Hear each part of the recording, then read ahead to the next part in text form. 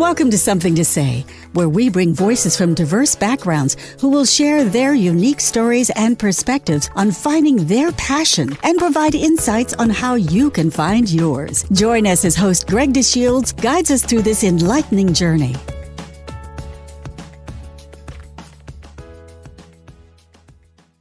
Welcome to episode 6 of Something to Say podcast, a unique platform that amplifies the voices of individuals from various backgrounds sharing their passion.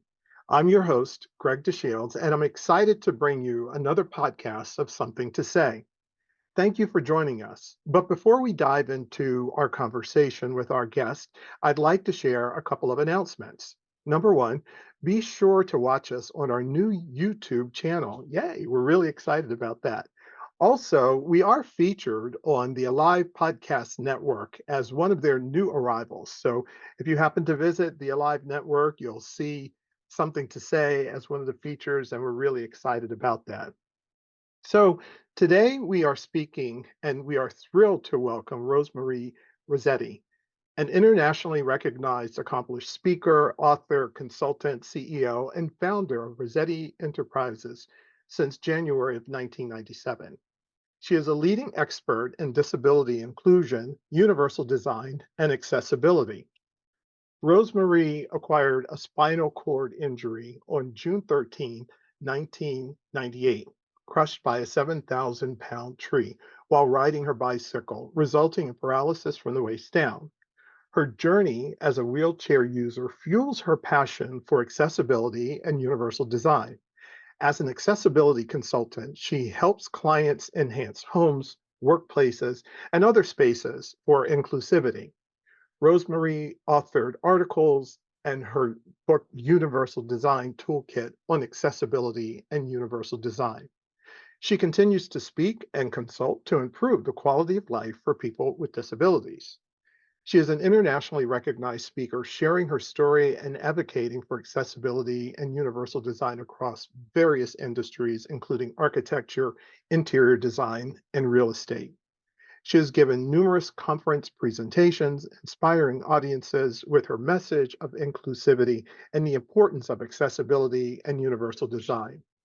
So I'm so excited to be able to speak with Rosemarie today. I am so ready to dive into it.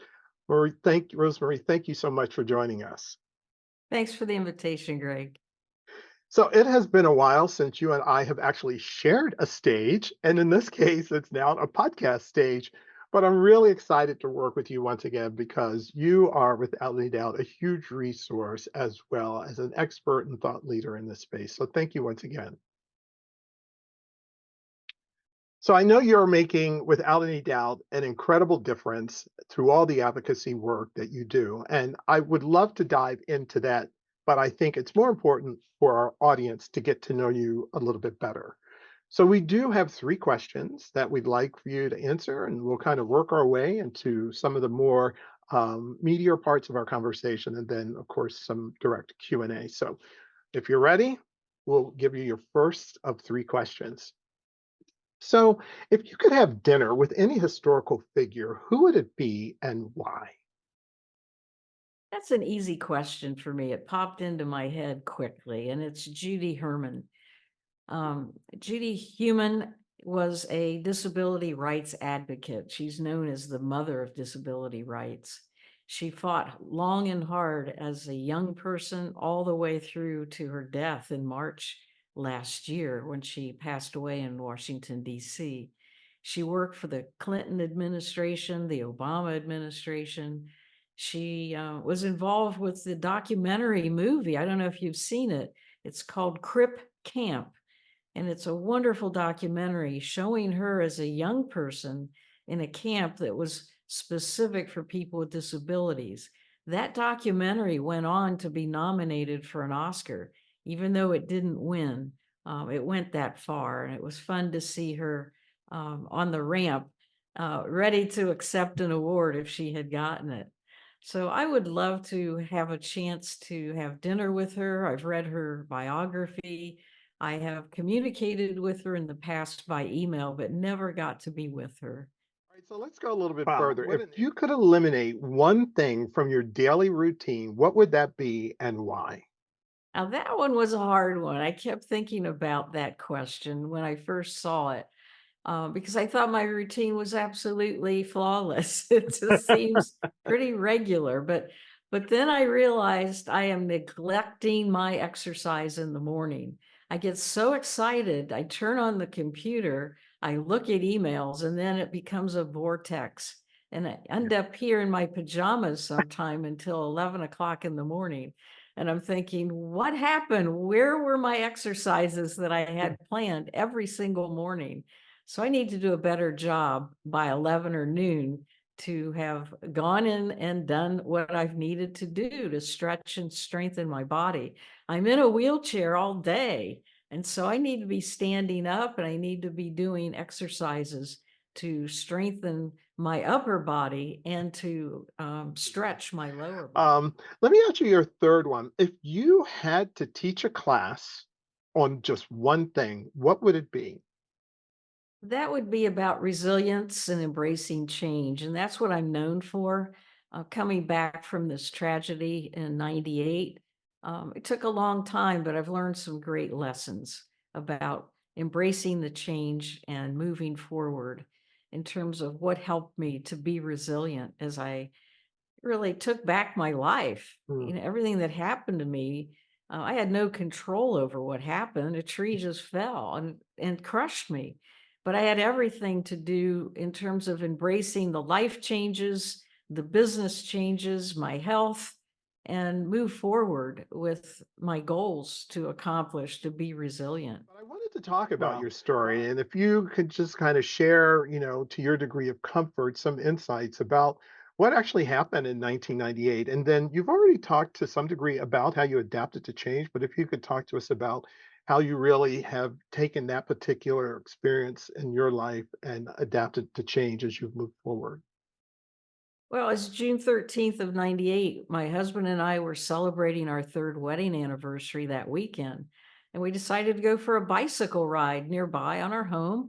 We live in Columbus, Ohio. So we put the bikes on the car and drove to Granville, Ohio, about 45 minutes away. It Mhm. was a beautiful day, Greg. It was a Caribbean blue sky, no wind, no threat of storm, and we were riding our bikes, having a wonderful time celebrating our love. But everything turned immediately. My husband saw something falling. He had heard what he thought was a gunshot. He yelled at me and he told me to look over there, something's falling, and then he yelled, "Stop." He jumped off his bike instantly, and I was struck by the entire 7,000-pound tree entangled with live power lines, instantly knocked unconscious and paralyzed from the waist down. So that was the life-changing event. I was life flighted from the scene to the emergency room and spent 5 days in intensive care and then 5 weeks in a rehabilitation hospital. For the next 2 years, 3 days a week in rehabilitation for physical and occupational therapy. So life changed for me absolutely in an instant. I had a speaking and training business and a publishing company, Something that and really is everything. very impactful. So, I did want to ask you about the rolling forward. That was something that was really included within your website in terms of how you have taken what has happened to you in life and roll forward with that. So, can you talk a little more about that? Well, I have been rolling forward. It was a slow recovery to roll, literally to push myself in this wheelchair. But I started a tape recorder journal in the hospital. Someone suggested it since I couldn't write. They said, "Why don't you just get a little mini tape recorder Mm. and maybe you'll write about this someday. Maybe you'll speak about this." And that was great advice. Every day I would have this personal tape recorder and I would share what was going through my mind and what my recovery was like. And that turned into articles that I was writing every month. And then that turned into a book called Take Back Your Life with 20 of the most powerful of the articles. Mm. And if I could distill what it was that came out of that recovery, it's the 5 lessons that I learned. And that is the component of the skeleton of my motivational speech. And then And I last, learned them the through. one in terms of something new that I just think is priceless.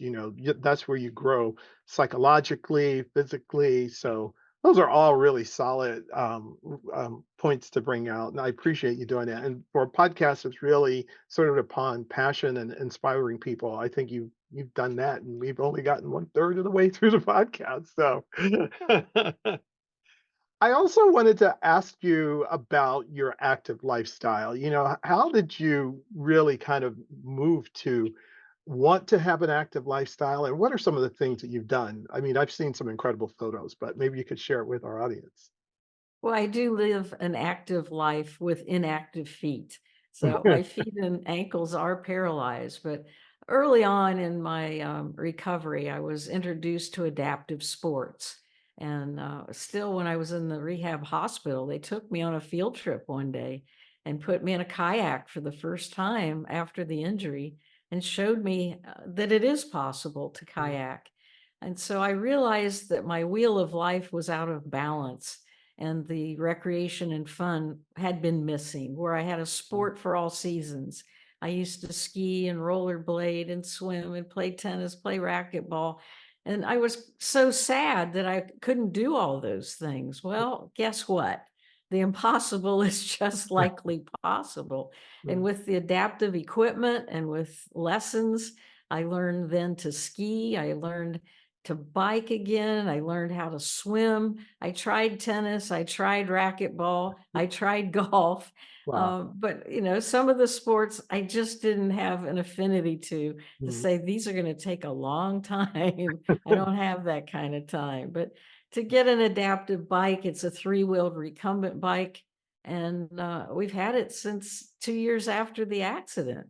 I rode back to the site of the accident in the new bike to Wow. relive that whole situation. Wow. And I ride almost every day from my home when the weather's good and Mhm. time is available.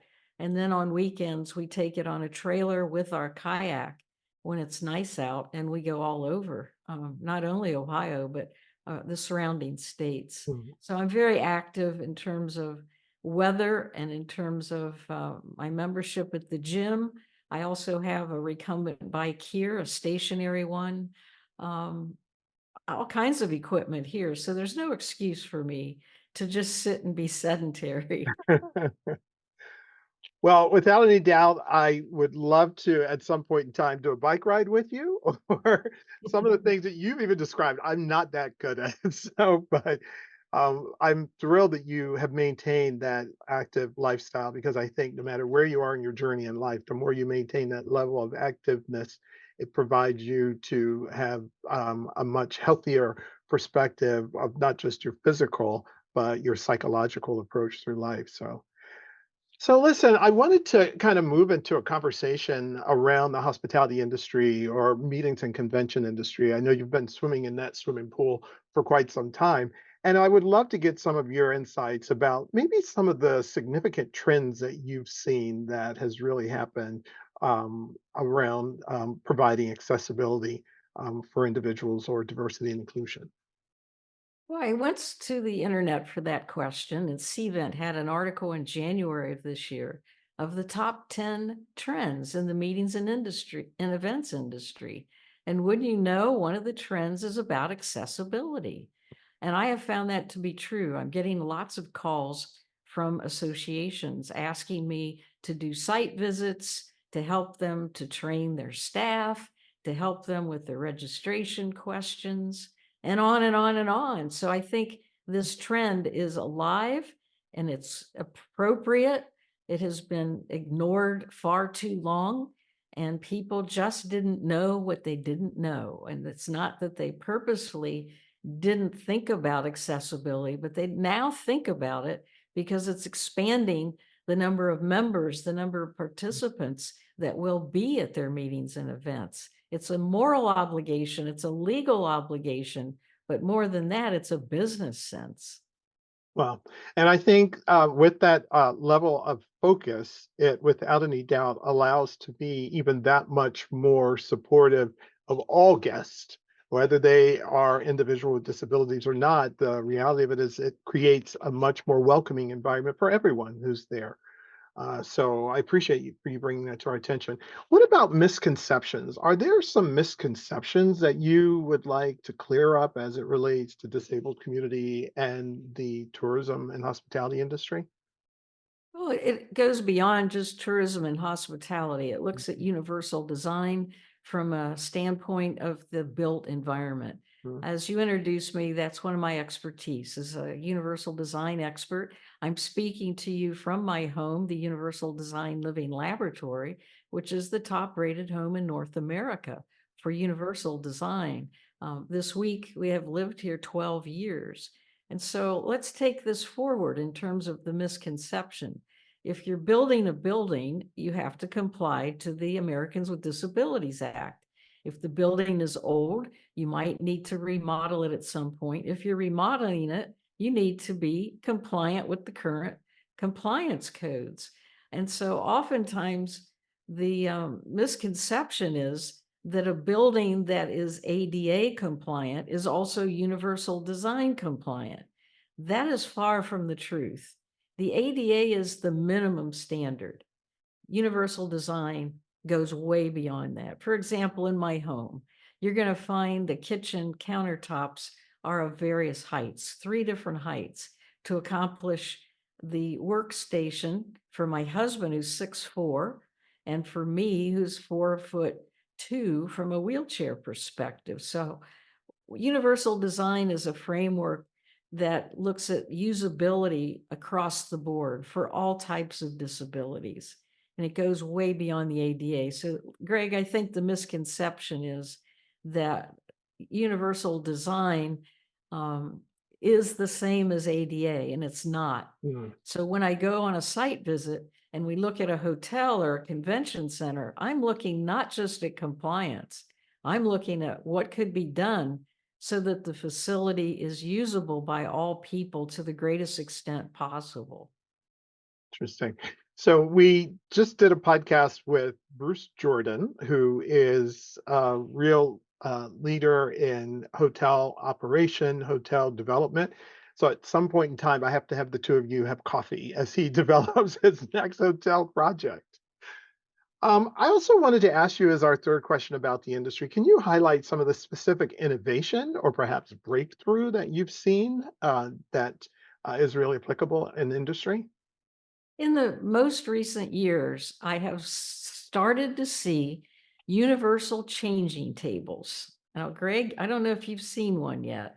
You've seen baby changing tables in a lot of the restrooms, but have you seen one large enough for an adult to have their clothes changed? Hmm. So I see this getting a lot more attention because we have many people with disabilities, and now we have a lack of power assisted adjustable height adult changing tables.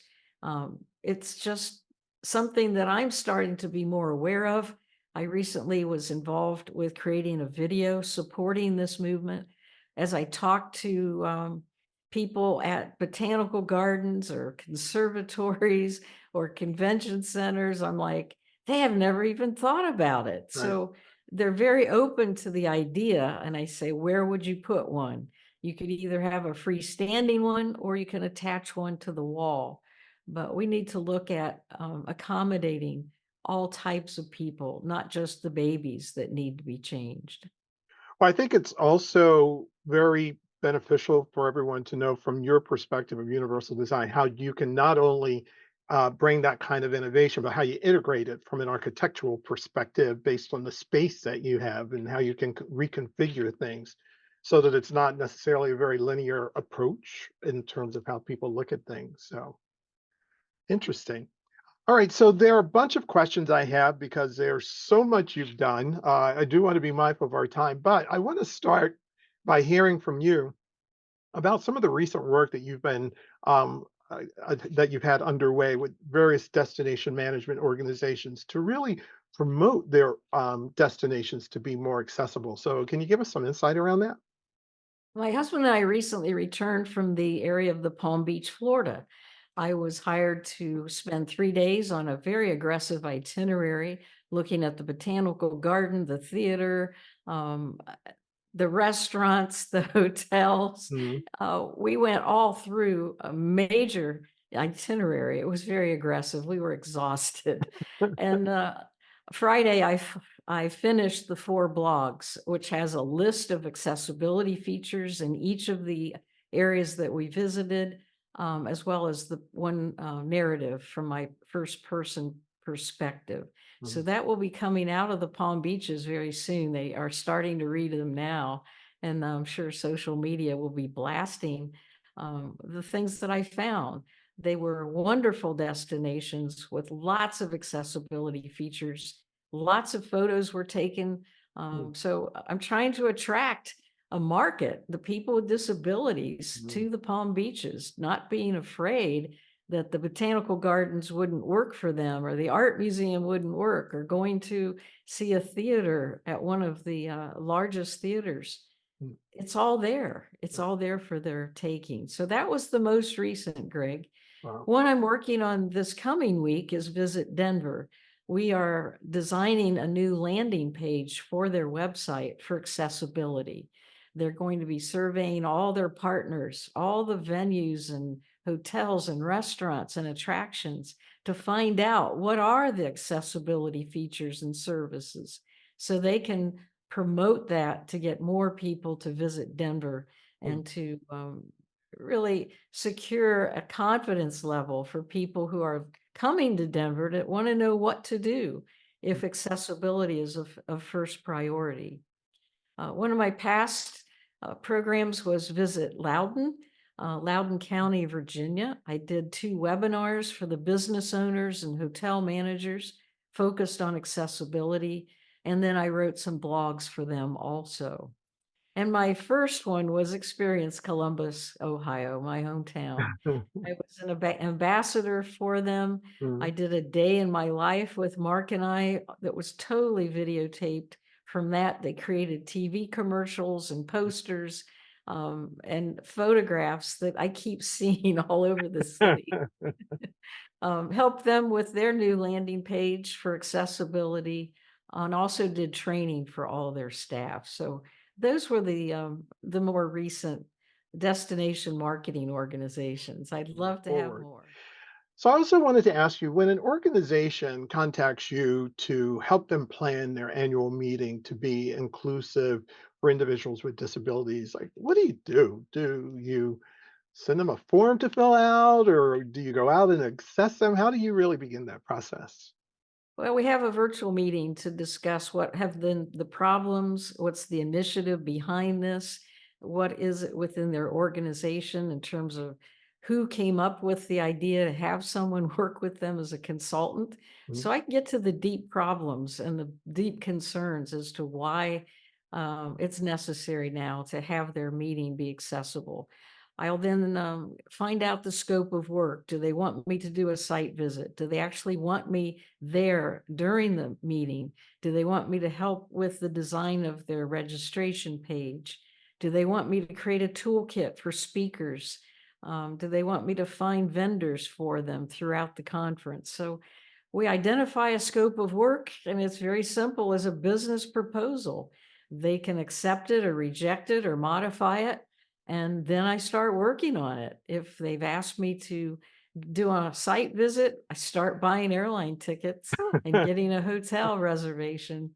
And off I go to oftentimes multiple hotels and a convention center to do the site visit with the planning team, with the catering department, with the hotel sales staff, with the convention representative. So Uh, it's a whole contingency that goes to the venue in advance. Though, because our podcast is entitled Something to Say, we love to ask those who we interview about their passion and how that passion really inspires them in the work that they do. So, what would you like to say about your passion and how it inspires you?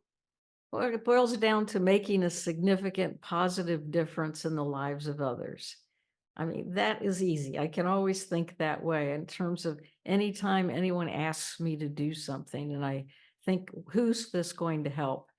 It could be a simple phone call from someone or a simple tour of the house from a family that's in town. I want to help people.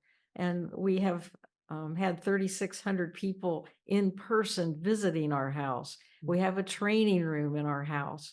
So we're always looking at how can we utilize our talents and skills to better other people so that they have an easier time with their lives. Wow. Well, as I anticipated, Rosemarie, you are an amazing individual. You, without any doubt, would provide an inspiring way of taking the passion that people have and really putting it into action. So I want to thank you so much for being our guest on Something to Say. And I would, without any doubt, encourage you to stay close to us because I think based on what we've talked about, we should probably do a part two. So, Rosemarie, thank you so much for joining us today. My pleasure. Thank you for the privilege, Greg. So, listeners, it has been fantastic having all of you join us to be a part of the conversation today. That's a wrap for our 6th episode of Something to Say. Stay tuned for more inspiring conversation with voices of individuals from diverse backgrounds, sharing their insights and their passion. So until next time, I'm Greg DeShields, signing off.